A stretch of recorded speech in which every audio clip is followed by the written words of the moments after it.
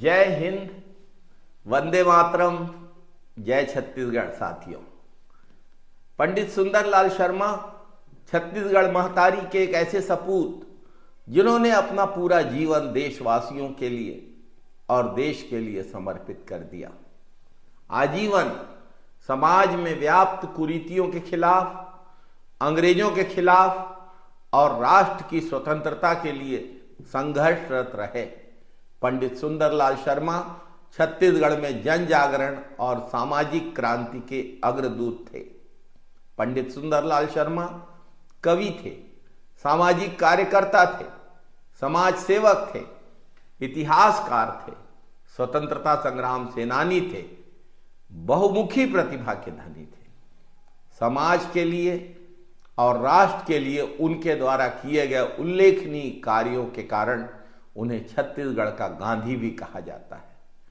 पंडित सुंदरलाल शर्मा का जन्म 21 दिसंबर 1881 को छत्तीसगढ़ में राजिम के समीप महानदी के किनारे बसे ग्राम चंद्रपुर में हुआ था।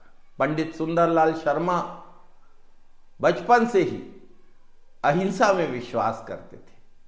हिंसा उन्हें बिल्कुल पसंद नहीं थी।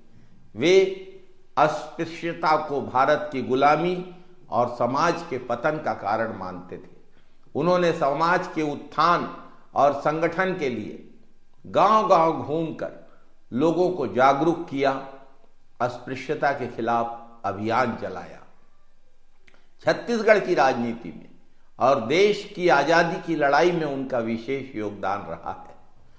19वीं शताब्दी के अंतिम चरण में देश में राजनैतिक और सांस्कृतिक चेतना की लहरें उठ रही थी।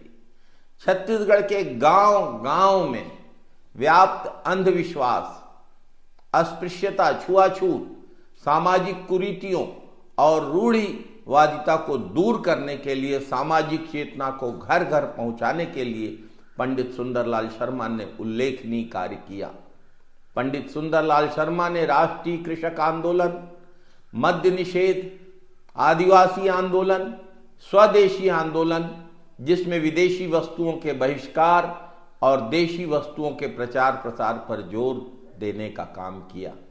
पंडित सुंदरलाल शर्मा एक ऐसे विचारक थे जिनका मानना था कि समाज के सभी वर्गों को राजनैतिक, सामाजिक व धार्मिक समानता का अधिकार मिलना ही चाहिए।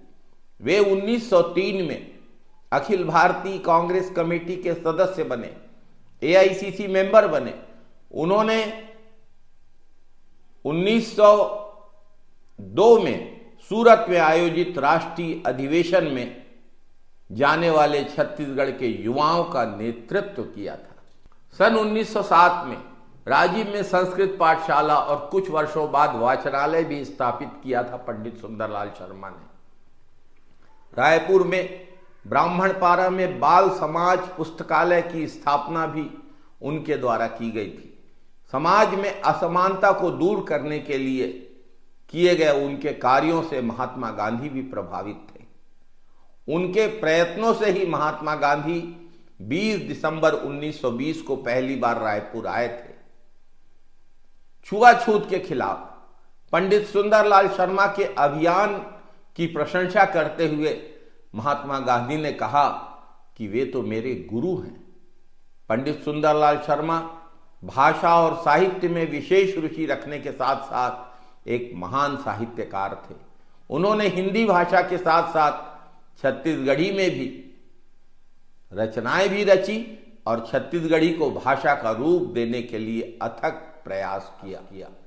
वे हिंदी और छत्तीसगढ़ी में लगभग 18 ग्रंथों के रचनाकार हैं, जिसमें छत्तीसगढ़ी दान लीला उनकी प्रसिद्ध रचना है।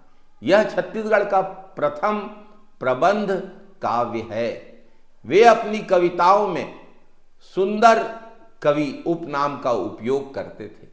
उन्होंने छत्तीसगढ़ में दुलरवा पत्रिका और हिंदी में कृष्णा जन्म स्थान पत्रिका की रचना की थी।